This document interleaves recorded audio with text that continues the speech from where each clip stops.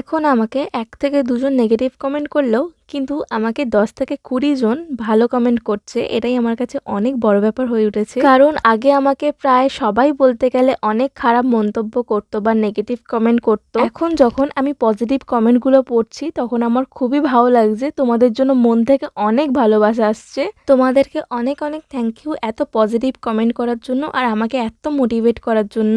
যাই হোক, চলো একটু কেকটার ব্যাপারে বলি। এই কেকটা আমার একটা ফ্রেন্ডের ভাই নিয়েছিল।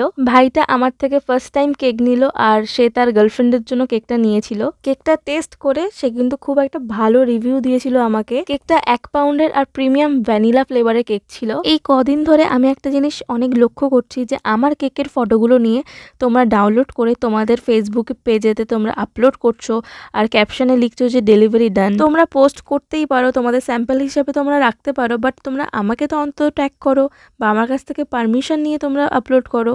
যাই হোক, আর আজকে তোমাদের কেকের ডেকোরেশনটা তোমাদের কেমন লেগেছে এটা কিন্তু জানাতে ভুলবে না। আর তোমরা কোথা থেকে আমার ভিডিওটা দেখছো এটাও কিন্তু জানিয়ে যাবে। কথা বলতে বলতে কিন্তু কেকের ডেকোরেশনটা শেষ হয়ে এসছে। ভালো লাগলে লাইক করো। ব্যাস, আজকের জন্য টাটা।